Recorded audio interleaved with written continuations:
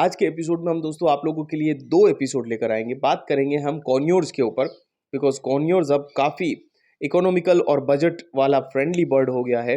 तो आप लोग कैसे ब्रीड करें, क्या ना करें, वो जेनेस भाई से बात करेंगे। उनके एक्सपीरियंस वो सेल आपके साथ शेयर करेंगे।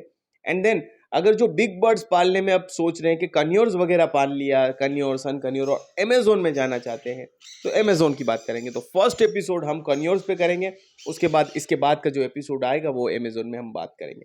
तो दिनेश भाई कैसे हैं आप? बस सज्जू भाई बढ़िया। आप बताओ, आप कैसे हो? बिल्कुल फर्स्ट क्लास। और दोस्तों पिछला एपिसोड नहीं देखा तो देखिएगा, हमने पहला जो एपिसोड बनाया था वो पूरा सेटअप का ओवरव्यू बनाया था और बहुत सारी जानकारी आपको उसमें देखने को मिली थी। लेकिन अब विस्तार से हर बर्ड जो यहाँ पर अवेलेबल है उस पर हम बात करेंगे और सीरीज वाइज बात करेंगे। और जेनेस भाई को बहुत अच्छा हैंड फीडिंग का नॉलेज भी है, तो आने वाले एपिसोड में आपको वो भी नॉलेज दिखेंगे। मतलब हम जो सीरीज पहले किया करते थे वैसे ही कुछ लोगों ने कहा कि एक सीरीज एक बंदे को पकड़कर प्रॉपरली हम आपको उनका जो उनके पास ज्ञान है वो सारा आप तक पहुंचाएंगे। तो जेनेस भाई आज क्या करने वाले हम लोग? आज हम डिटेल डिस्कशन करेंगे कॉर्नियर की ब्रीडिंग, लाइफ साइकिल, उनकी टेमनेस, उनका डाइट, सब कुछ। और सेम चीज़ हम अमेजोन की भी डिस्कस करेंगे। ठीक है, तो चलिए दोस्तों फटाफट की स्टाइल में आज का एपिसोड हम शुरू करते हैं। फ्रेंड्स, अब बात करते हैं स्मॉल कॉर्नियोर के बारे में। तो ओवर टू जेनेस भाई। जेनेस भाई से पहले मैं कहूँगा कि इसकी बेसिकली कहाँ से है, इनका लाइफ स्पैन वगैरह वो सारी डिटेल आप बताइए दर्शकों को, ताकि पता चले कि ये बर्ड की हिस्ट्री क्या है, और उसके बाद हम उसको कैपेटिव में कैसे पाला जाए उसकी बात करेंगे। देखिए, जो स्मॉल कॉर्नियर है वो साउथ अमेरिकन स्पीशीज़ है। जब पहले पहले इंडिया में आई थी, आज से तकरीबन 30 से 25 साल पहले, तब उनके रेट्स बहुत ही ज़्यादा थे। अराउंड 70 से 80 थाउजेंड की एक सिंगल पेयर आती थी। वो तब ग्रीन चिक कॉर्नियर, येलो साइडेड, तब different mutations wise price very होती थी, बट बेसिक रेंज उनके 70 to 80 थाउजेंड होती थी उस समय। और उस समय अफ्रीकन ग्रे भी सेम रेट के ही थे। पर अभी जैसे जैसे स्मॉल कॉर्नियर्स इजीली सब जगह पे ब्रीड हो रहे हैं, उनका डाइट और उनकी जो लाइफ स्पेन है वो भी काफ़ी अच्छी है और काफ़ी इजी है पालने के लिए, तो उनका रेट्स धीरे धीरे कम हो रहे हैं।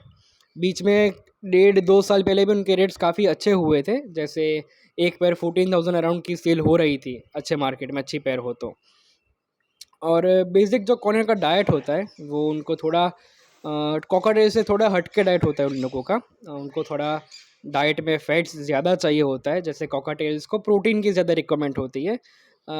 और कॉर्नियर और स्मॉल कॉर्नियर में आप हम लोग जो पाम नट है वो भी दे सकते हैं उन लोगों को रूटीन बेसिस में। जैसे कि हम वंस इन अ वीक में एक बार उन लोगों को पाम नट दे सकते हैं, या तो फिर उनका जो कोई अपन आलमंड है, वॉलनट है, वो भी कुछ कुछ टाइम पर वीकली या 15 डेज में एक बार दे सकते हैं।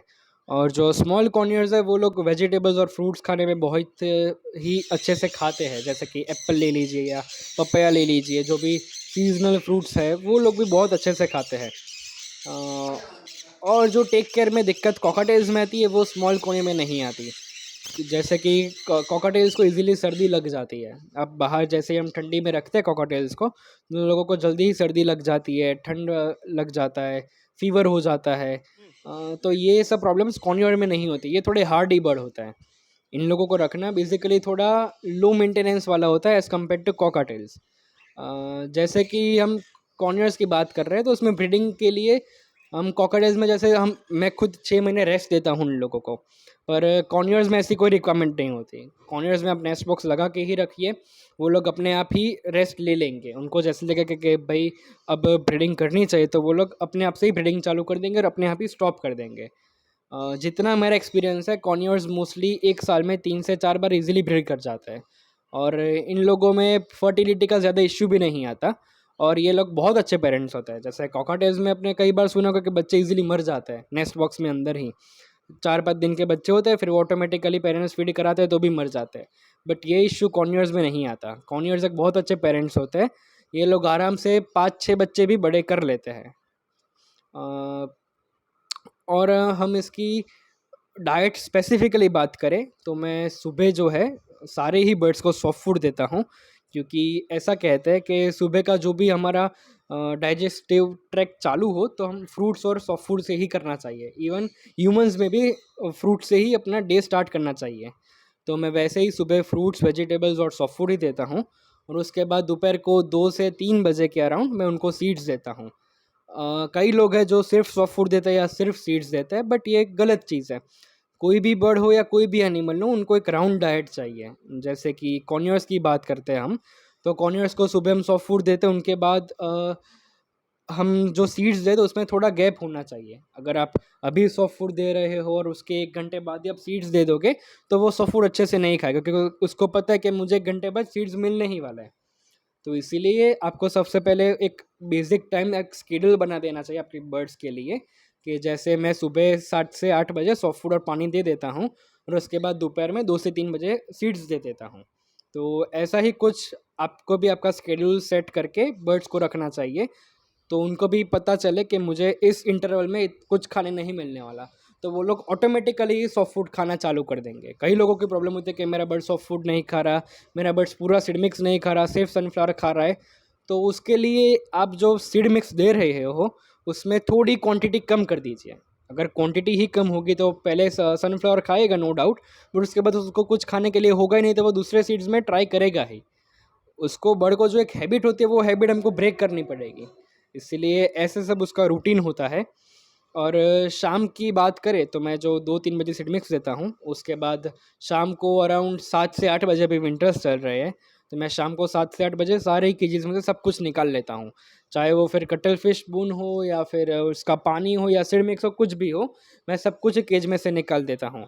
क्योंकि रात को क्या है, इन केस रेट आ रहा हो, तो रेट कोई खाना देख के ही आएगा वहाँ पर, और फिर उससे ही बर्ड्स डिस्टर्ब हो गए। तो रेट अंदर आए ही नहीं खाने की तलाश में, उसके लिए सारा ही केज एकदम क्लीन होना चाहिए रात को। यस भाई, बहुत अच्छे तरीके से आपने इनकी डाइट और इनकी ओरिजिन वगैरह के बारे में बताया। अब काफ़ी दोस्तों का ये सवाल है कि हम कॉर्नियर्स घर पर लेकर आते हैं। जैसे मुझे पता है, मैं भी घर पे लाया हूँ, लेकिन अराउंड 3 एंड 4 मंथ से जो ब्रीडिंग पेयर मेरी फार्म पे ब्रीड की थी, लेकिन अभी वहाँ पर ब्रीड नहीं कर रही। तो what is reason behind that कि ये ब्रीड अचानक से बंद कर देते हैं, या ब्रीडिंग पेयर होने के बावजूद भी ब्रीड नहीं करते हैं? तो इनकी ब्रीडिंग एज क्या है, ब्रीडिंग साइकिल के बारे में बताइए, और ये लोगों को जो ब्रीडिंग में प्रॉब्लम आ रही है उसके बारे में आप बताइए। आप क्या उसके लिए सॉल्यूशंस निकालते हैं? फर्स्ट ऑफ ऑल देखिए, बर्ड का एक तो डाइट एकदम कंप्लीट होना चाहिए। उसके बाद अगर हम ब्रीडिंग की बात करें, तो फर्स्ट ऑफ ऑल बर्ड की एज और बॉन्डिंग्स प्रॉपर होना चाहिए। जैसे कि जो मेरा प्रेफरेंस है, बर्ड जो मेंटली कॉर्नियर स्मॉल कॉर्नियर की बात करें हम, तो वो मेंटली 1 साल के बाद मैच्योर होते हैं ब्रीडिंग के लिए। उसके पहले भी 9 से 8 महीने की एज में ब्रीड कर जाते हैं, बट उतने मैच्योर नहीं होते कि बच्चे को बड़ा कर पाए। या फीमेल कई बार कैल्शियम डेफिशिएंसी की वजह से जो एग अटक जाता है, एग बेंडिंग कहते हैं हम, उसकी वजह से भी कई बार एक्सपायर हो जाती है। तो ये सब ना हो, इसलिए मैं 1 साल के बाद ही ब्रीडिंग लेता हूँ। और जब एक पैर में बॉन्डिंग हो जाए, तो वो कई साइंस है उसकी, जो पैर में बॉन्डिंग हो जाएगी। वो लोग एक दूसरे को स्क्रैच करेंगे, जैसे कि आप कई वीडियोस में देख सकते हो मेरे। वो लोग एक दूसरे को स्क्रैच करेंगे, फिर साथ में खाना खाना आएंगे, एक बर्ड दूसरे बर्ड को फीड कराएगा। ये सब एक कॉमन सिम्टम्स होता है कि बर्ड की बॉन्डिंग अच्छी है। और अगर ब्रीडिंग के हवाले से हम बात करें, तो जब एक पैर को आप इनफ केज साइज दे दीजिए, जैसे कि स्मॉल कॉर्नियर्स में उतनी रिक्वायरमेंट होती नहीं, आप 2 फीट में भी वो इजीली ब्रीड कर जाते हैं। नेस्ट बॉक्स की बात करें हम स्मॉल कॉर्नियर्स में, तो कॉकटेल के साइज़ का ही नेस्ट बॉक्स चल जाएगा, बट यूजुअली हम कॉकटेल्स को हॉरिजॉन्टल नेस्ट बॉक्स देते हैं। बट मेरा प्रेफरेंस ये है कि कॉर्नियर को हम वर्टिकल नेस्ट बॉक्स दें, जैसे कि 12 फीट्स की हाइट, 10 इंचेस की उसकी ब्रेथ, और 10 इंचेस उसका लेंथ। मैंने कई नेस्ट बॉक्स ऐसे ही साइज़ के दिए हुए हैं। और जैसे ही एक बर्ड को अच्छा नेस्ट, अच्छी पेयरिंग, अच्छी डाइट मिल जाती है, वैसे ही वो ब्रीडिंग पे इजीली आ जाते हैं। बट कई बार प्रॉब्लम्स आते हैं कि पैर ब्रीडिंग पैर है, कई जगह पे ब्रीडिंग कर रही है, फिर भी हमारे यहाँ ब्रीडिंग नहीं कर रही। तो इसके लिए आपको कुछ नहीं करना, सिर्फ और सिर्फ वेट ही करना है। आप अपने तरफ से पूरी ट्राई कीजिए कि आपके डाइट में यार किसी और तरह से कोई प्रॉब्लम ना आए। जैसे कोई बर्ड कई बार घबरा जाता है, जैसे कि किसी ने कैट अटैक हो गया किसी पे, या तो फिर कोई मंकी ने उसको परेशान कर लिया, आउटडोर सेटअप है तो ऐसे भी कई बार होता है कि ब्रीडिंग बंद हो जाती है इससे। बट जैसे ही बर्ड को वो डर चला जाएगा, उसके बाद वो इजीली ब्रीड पे आ ही जाएगा। आपको तब तक उसकी डाइट, उसकी नेस्टिंग, उसका जो केज है, उसकी जो पेयरिंग है, वो सब पे ध्यान देना है। उसके बाद तकरीबन 2 से 3 महीने वेट करने के बाद आपको ब्रीडिंग रिजल्ट मिलेगा ही मिलेगा। स्मॉल कॉर्नियर्स है वो उतना लेट करते नहीं हैं ब्रीडिंग में, बट तो भी किसी वजह से स्टॉप हो जाए तो 2 से 3 महीने में वो लोग ब्रीडिंग पे वापस आ ही जाते हैं। दोस्तों आई होप कि आप लोगों ने इस एपिसोड को एंजॉय किया होगा। स्मॉल कन्यूर के बारे में काफ़ी दिन के बाद हम लोगों ने ये एक और डिटेल एपिसोड बनाया। बहुत पहले बनाया था और बहुत रिक्वायरमेंट आ रही थी कि स्मॉल कन्यूर पे आप कुछ बात करिए। तो देखिए जेनेस भाई ने आप लोगों को पूरा डिटेल में बता दिया। जेनेस भाई का बहुत बहुत शुक्रिया दोस्तों। और आप लोगों को नंबर मैंने डिस्क्रिप्शन में दे दिया है। जेनेस भाई अहमदाबाद गुजरात से हैं। आप ज़्यादा जानकारी के लिए उनको कांटेक्ट कर सकते हैं। तो आज के लिए इतना ही, मिलते हैं एक अगला इसे एक्साइटिंग एपिसोड में। तब तक के लिए लेते हैं एक प्यारा सा छोटा सा नन्हा सा ब्रेक।